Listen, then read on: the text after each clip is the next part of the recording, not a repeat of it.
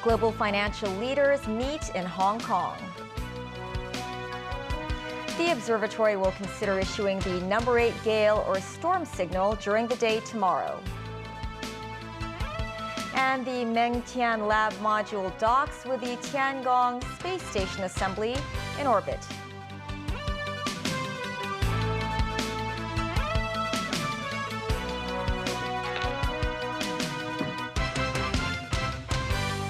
Hello and welcome to TVB News. The 3-day Global Financial Leaders Investment Summit, organized by the Hong Kong Monetary Authority, kicked off today. Speaking to reporters ahead of the weekly Executive Council meeting, Chief Executive John Lee said the number of absentees for the summit was small, adding the city is full of vitality with a series of upcoming major events. Christy Khan reports.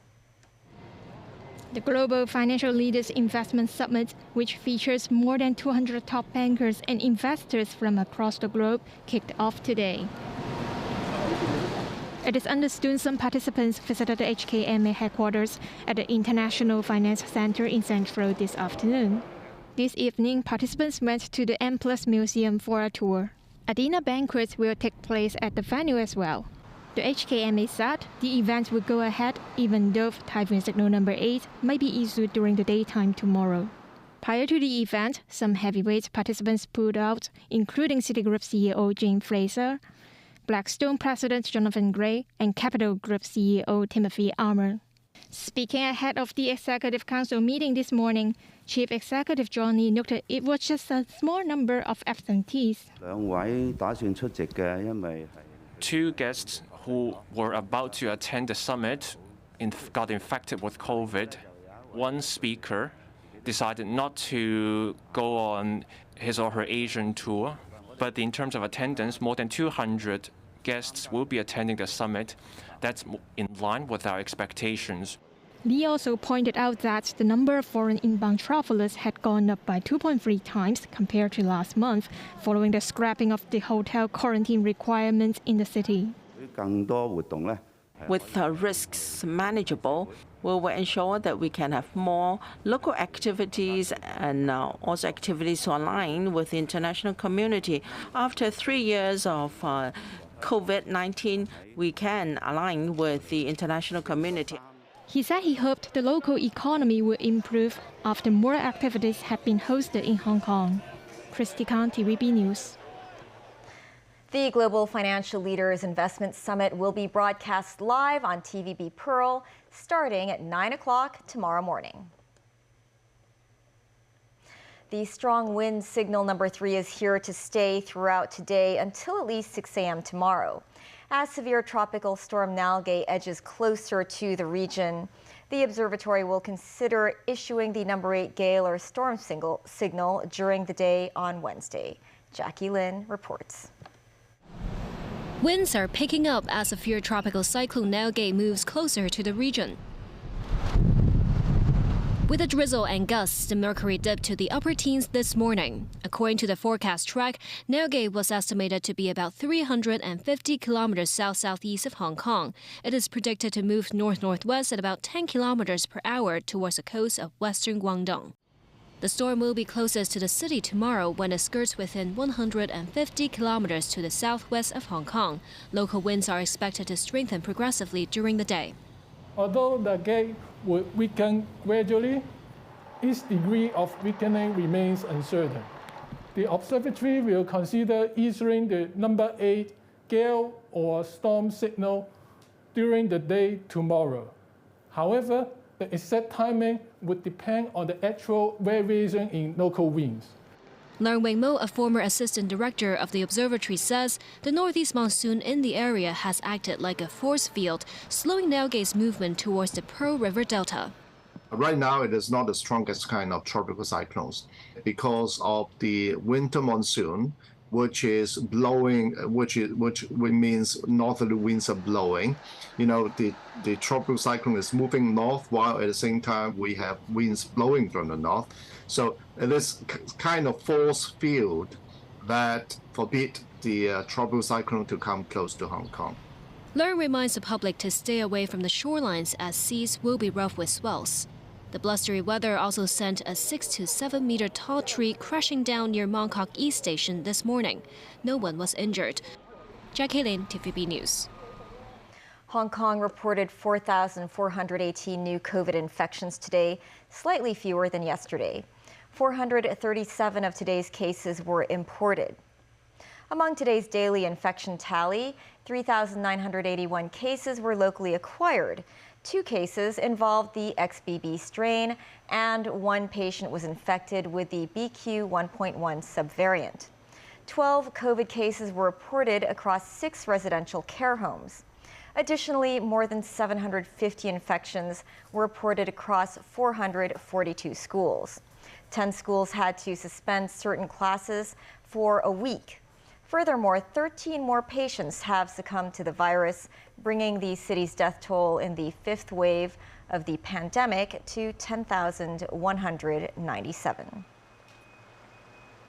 The mainland registered 2,700 new locally acquired coronavirus cases. Guangdong Province reported 700 additional cases, including 479 infections in Guangzhou. The city has rolled out a new round of mass testing today. Xinjiang added 403 new cases, while 205 other cases were logged in Fujian. In the city of Zhengzhou, manufacturer Foxconn raised daily bonuses for employees from 100 yuan to 400 yuan. That's to stop an exodus of workers reportedly rattled by anti-coronavirus measures at the vast facility there, after large-scale infections broke out in the manufacturing site. In Macau, a mass testing exercise began at 7 a.m. today. This after a man who lives in Zhuhai and works in Macau tested positive in Zhuhai yesterday. His source of infection remains unknown. The Mengtian lab module docked with the Tiangong Space Station Assembly in orbit early this morning. The module is the last building block that allows Tiangong to form a T-shaped structure, the planned layout at the space station's completion. Mengtian was blasted into space yesterday from the Wenchang Satellite Launch Center in Hainan Province. It joins Wentian as the second laboratory module for the permanent space station, collectively known as Tiangong or Celestial Palace. Both are connected to the Tianhe core module, where the crew lives and works.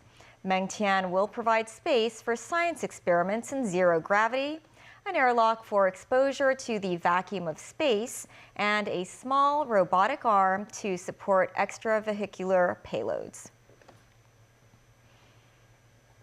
Indian police have arrested 9 people after the collapse of a bridge in which more than 130 people died. Meanwhile, dramatic footage has emerged of the moment the bridge collapsed in the city of Morbi in Gujarat state.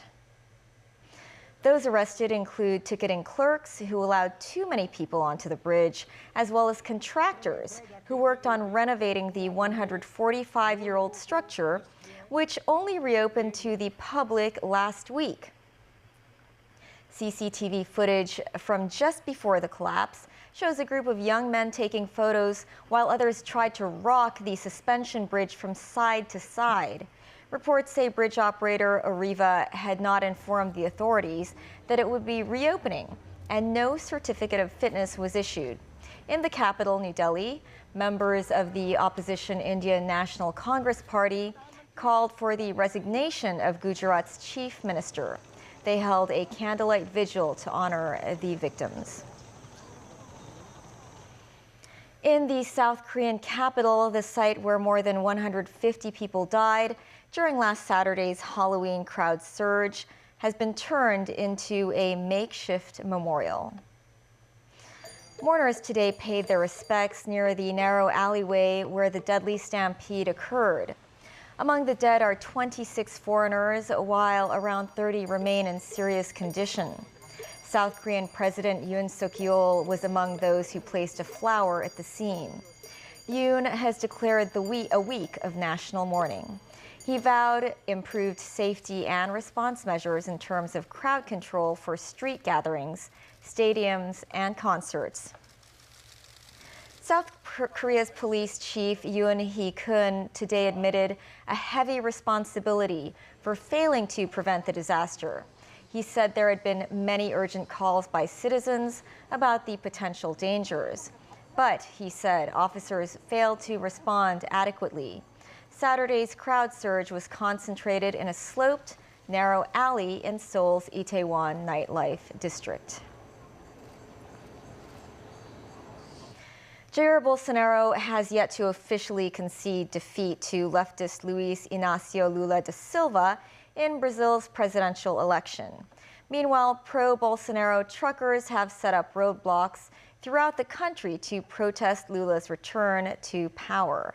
Daniel Rao tells us more.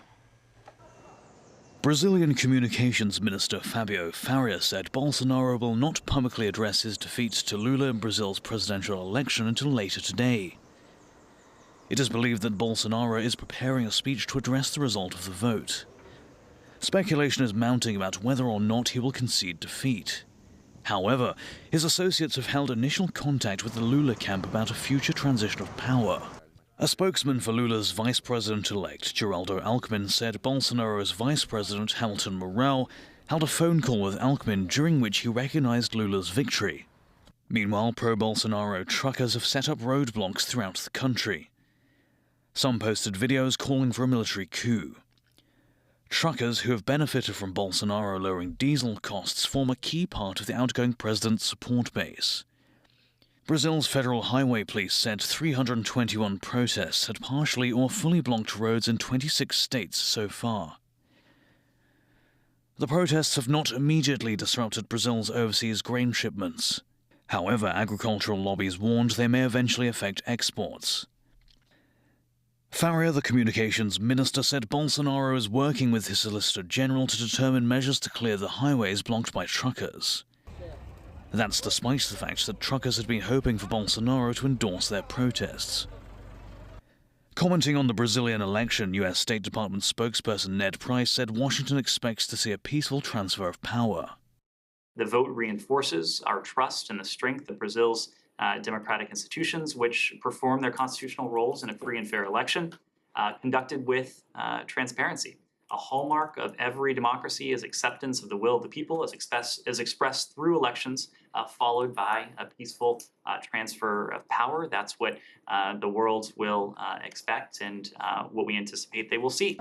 Lula has vowed to overturn many of Bolsonaro's policies, including pro-gun measures and loose environmental regulations that activists say have caused damage to parts of the Amazon rainforest. He also pledged to return to state-driven economic growth similar to the policies he enacted during his previous 2 terms as president. Daniel Rao, TVB News. Still ahead, Russian missile strikes on Ukrainian infrastructure leave Kyiv residents lining up for water.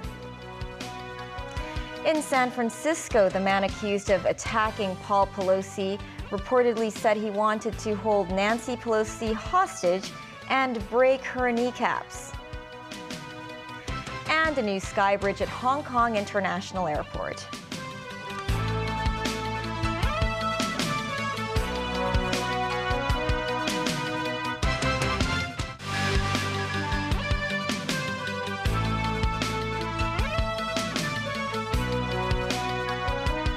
Welcome back to TVB News. Russia says the attack on its Black Sea fleet in Crimea was carried out by Ukrainian drones that traveled through a corridor meant to be a safe zone for grain ships. He said Moscow's latest missile strikes on key Ukrainian cities was in retaliation for the Ukrainian attack and the reason Russia has suspended its role in July's grain export deal. Ukraine denies involvement in the attack, blaming it on Russia's mishandling of its own weapons. Nazvi Karim reports. Water is now a precious commodity in the Ukrainian capital Kyiv. Queues such as this are becoming a common sight throughout the city of 3 million, with Mayor Vitaly Klitschko saying 80% of consumers were without water. This after Russia unleashed another barrage of cruise missiles and drone strikes aimed at critical infrastructure in Kyiv, Kharkiv and other Ukrainian cities, also severely disrupting electricity supplies. Russian President Vladimir Putin, during meetings with the leaders of Armenia and Azerbaijan in Sochi, said the strikes were in response to alleged Ukrainian drone attacks on its Sevastopol-based fleet over the weekend. He also warned, "It's not all we could have done." The drone attacks, which Ukraine denies, also led Russia to suspend its role in July's UN-brokered grain deal that opened a safe corridor for Ukrainian grain ships to sail out of the Black Sea. Russia added later that it was merely suspending its involvement and not ending the deal, as the United Nations Security Council met on Monday to discuss the latest developments. Martin Griffiths, the UN's top humanitarian coordinator, said it was important to stabilize the situation in order to fend off a greater crisis. The UN, Ukraine and Turkey have vowed to continue the exports, even with Russian ships blocking the humanitarian corridor that was agreed upon in July. Turkey urged stakeholders to keep the grain export deal separate from the war in Ukraine. On the battlefront, Russian soldiers on their side of the Dnipro River in the south, near the Zaporizhzhia nuclear power plant, describe how they have been repelling Ukrainian attacks. The southern contact line that runs along the river is the nearest firing line between Russian and Ukrainian troops. This soldier says the Ukrainian forces try to cross the river in groups of 6, 11 or 30 boats. It's harder for them to swim across than walk, but it's easier for us to defend, he says. Another soldier said, "None of them made it here alive, and none of them made it back alive." Nazvi Karim, TVB News. The man accused of attacking U.S. House Speaker Nancy Pelosi's husband with a hammer told police he wanted to hold the Democrat leader hostage and break her kneecaps. In a federal complaint, officials alleged 42-year-old David DePape broke into the Pelosi's San Francisco home early last Friday morning, carrying zip ties and tape in a backpack. The complaint said he then went upstairs, where 82-year-old Paul Pelosi was sleeping, and demanded to talk to Nancy. However, she was not there. The complaint added that DePape told police of his plans to hold Speaker Pelosi hostage to talk to her. It said he viewed her as the leader of the pack of lies told by the Democratic Party. The complaint alleges if she were to tell DePape the truth, he would let her go. And if she lied, he was going to break her kneecaps. DePape has been charged with influencing, impeding, or retaliating against a federal official by threatening or injuring a family member. He also faces one count of attempted kidnapping of a United States official on account of the performance of official duties. Back here at home, the trial of the pro-democracy online news outlet Stan News and 2 former executives charged with conspiracy to publish seditious publications continued today. The court today allowed dozens of articles to be submitted as evidence, rejecting defense arguments that they were beyond a 6-month prosecution time limit. Sharon Tang reports. The defendants, former editor-in-chief of Stan News Chung Pui-kyun and former acting chief editor Lam Shu-tung, appeared at the district court today. The pair, together with the news outlet's holding company Best Pencil Hong Kong, were charged with conspiracy to publish 17 seditious articles between July 2019 and December 2021. The defense counsel argued 10 of the articles in question are not admissible as evidence, as they were published beyond the 6-month time limit for prosecution. But District Court Judge Kwok Wai-kin ruled that all the articles can be submitted as evidence, adding prosecutors have the duty to prove that the defendants had an intent in conspiracy. The prosecution noted the 17 articles involved radicals or wanted criminals, and the articles could be browsed online continuously. The articles allegedly encouraged others to fight for a change through illegal means, promoted the subversion of the government, and supported international sanctions against the SAR. Prosecutors added Stan News also published blogs about those who took part in the so-called primary elections, putting a halo on them. The court heard that the news outlet did interviews with pro-democracy activists Gwyneth Ho and Owen Chow, who advocated mutual destruction. The prosecution said the outlet published blog posts written by Nathan Law and former Apple Daily associate publisher Chan Pui-man. It added the 2 defendants, as the core managers of Stan News, had the power to make editorial decisions and were clearly helping with the publishing of the seditious articles. Prosecutors also noted the development of the news outlet was closely linked to the anti-government movement. They said transaction records showed that the publication had seen a surge in donations since July 2019, and by the end of that year, its income rose tenfold compared with the time before the social unrest. Sharon Tang, TVB News. The Sky Bridge at Hong Kong International Airport was opened today. For passengers, the bridge cuts traveling time between Terminal 1 and the North Satellite Concourse in half to an 8-minute walk. Previously, it took the shuttle bus almost twice the time. The 200-meter-long Sky Bridge will feature moving walkways. Observation decks and restaurants are also to be built.